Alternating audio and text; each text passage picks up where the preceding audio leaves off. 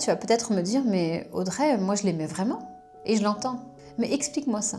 Pourquoi tu repenses surtout au bon moment, mais jamais à ton état quand il te laissait sans réponse, par exemple?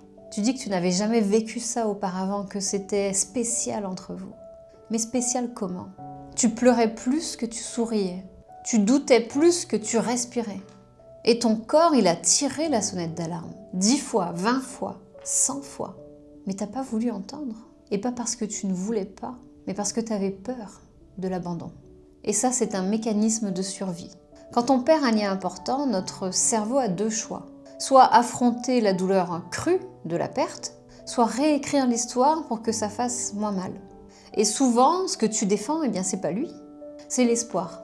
L'espoir que tu as mis dans cette relation. C'est pas lui que tu idéalises. C'est la version de toi qui se sentait presque aimée. Et c'est cette version-là que tu n'as pas envie d'abandonner. Parce que si tu lâches ça, eh bien, tu as l'impression de tout perdre. Alors tu tiens, mais tu souffres aussi.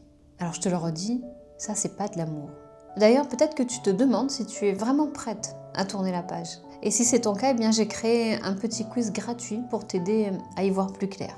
En quelques minutes, il t'indique si ton système est encore accroché ou si tu es déjà en train d'avancer.